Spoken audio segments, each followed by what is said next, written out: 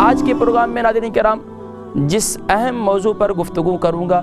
وہ ہے طب کا، یقیناً آج معدے کے امراض اور ان کا علاج۔ ناظرین کرام دور حاضر کے اندر ہر ایک شخص نہ جانے مختلف قسم کی امراض کا شکار ہے اور مختلف قسم کی بیماریوں کے شکار ہونے کے بعد مختلف قسم کے امراض کی شکوہ و شکایت کیا کرتا ہے۔ کوئی تو جوڑوں کے امراض کا شکار ہے، کوئی جو ہے وہ اپنے اعضاء کے مختلف دردوں کا شکار ہے، اور نہ جانے کوئی کڈنی کے امراض کا شکار ہے۔ تو اگر دیکھا جائے ناظرین کرام یہ ساری جو بیماریاں ہیں کہاں سے جنم لیتی ہیں؟ یقیناً جب خوراک کا غلط استعمال کیا جائے اور بے وقت استعمال کیا جائے تو یقیناً اور ایسی غذاؤں کا استعمال کیا جائے جو معدے کے لیے انتہائی مضر ہیں تو یقیناً اس سے پھر معدے کی بیماریاں جنم لیتی ہیں۔ اور یہاں تک کہ صرف خوراک ہی نہیں بلکہ ہمارے حالات حاضرہ اور ہمارے جو ارد گرد جو ماحول ہوتا ہے اس کے اثرات بھی ہمارے معدے پر ہوا کرتے ہیں۔ اور یہاں تک کہ اگر کسی نے کوئی ہمیشہ کسی غم کے اندر ہے، کسی پریشانی کے اندر رہتا ہے، یہاں تک کہ اس کے اثرات بھی معدے پر ہوتے ہیں۔ یہاں تک کہ کسی خوف کا شکار رہتے ہیں تو اس کے اثرات بھی معدے پر ہوتے ہیں۔ اور صرف معدے پر ہی نہیں بلکہ معدے سے آگے پھر جگر، پتے پر اور یہاں تک کہ پھر آنتوں پر اس کے اثرات ظاہر ہوتے ہیں، اور پھر ایک نہ ایک بیماری آتی رہتی ہے یکے بعد دیگرے۔ کہتے ہیں پتہ نہیں پیٹ میں درد رہتا ہے، کڈنی میں درد رہتا ہے، جگر میں درد رہتا ہے، پتہ نہیں کیا کیا امراض ہیں، یہ ٹیسٹ کرا لیے، وہ ٹیسٹ کرا دیے۔ اب اتنے ٹیسٹ کرانے کے باوجود بھی ڈاکٹر بھی پریشان ہو چکے ہیں، بھئی مرض کون سا مرض ہے ہمیں تو سمجھ ہی نہیں آ رہا۔ ناظرین کرام اگر ہم تھوڑا اس مرض کو غور کریں کہ یہ مرض کیوں جنم لیتے ہیں تو ہمیں یقین جانی کہ اس بات کا احساس ہو جائے گا کہ آخر ہم ان مرضوں سے بھی بچ جائیں گے اور انشاءاللہ العزیز اور صحت مند زندگی بھی گزاریں گے۔ لیکن یہ کب ہے ناظرین کرام؟ کہ جب ہم اپنی خوراک پر غور کریں گے کہ ہم کھاتے کیا ہیں اور کس وقت کھاتے ہیں۔ اگر اس پر غور کر لیں تو یقین جانیے کہ بہت سی بیماریاں جو ہیں وہ ختم ہو جائیں گی۔ فار ایگزامپل ہم آغاز کرتے ہیں صبح ناشتے سے۔ صبح ناشتہ بریک فاسٹ آپ کرتے ہیں اور کرتی ہیں، اور اگر بریک فاسٹ کے اندر کوئی نارمل غذا استعمال کرتے ہیں، زیادہ چکنائی والی چیزیں استعمال نہیں کرتے تو سبحان اللہ آپ کا معدہ بہت طاقتور اور آپ کا دن بہت پرسکون گزرے گا۔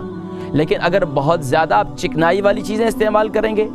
تو پھر اب معدے کے لیے اسے ہضم کرنا اور اسے گرائنڈ کرنا، اسے پیسنا مشکل ہو جائے گا۔ میں اکثر کہا کرتا ہوں ناظرین کرام کہ اللہ تبارک و تعالیٰ نے انسانوں کو پتھر کے دانت دیے ہیں، اور معدہ جو ہے یہ گوشت کا ایک لوتھڑا ہے اور ایک گوشت ہے، گوشت کا ایک ٹکڑا ہے۔ اب اس کے اندر ہم کیا کرتے ہیں، ساری چیزیں یہاں سے ثابت معدے کے سپرد کرتے ہیں اور کہتے ہیں کہ یہ اگلا کام جو ہے یہ معدے کا ہے اور معدہ ہی خود بخود آگا نظام چلائے گا۔ ناظرین کرام اسی وجہ سے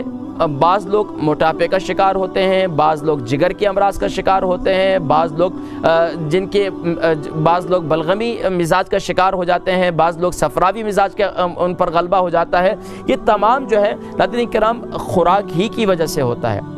ناظرین کرام ذرا غور کریں، اگر صبح ناشتے کے اندر آپ نے پراٹھا کھایا، اور پراٹھا ظاہری بات ہے ایک سادی روٹی آپ نے کھائی یا ایک آپ نے پراٹھا کھایا، اگر سادی روٹی آپ نے کھائی تو ماشاءاللہ معدے میں گئی اور آپ نے خوب چبا کر کھایا، معدے کے لیے کوئی مسئلہ نہیں ہوا، اور وہ کراس کر گئے اور پھر آگے ماشاءاللہ اس سے خون بھی بنے گا اور باقی صحت بھی بنے گی۔ لیکن اگر آپ نے پراٹھا کھایا خوب تلا ہوا، یا آپ نے کوئی حلوہ پوری صبح ناشتے میں آپ کا دل کیا، آج تو ویکینڈ ہے اور ویکینڈ پر جو ہے کوئی نہ کوئی حلوہ پوری ہونی چاہیے، اور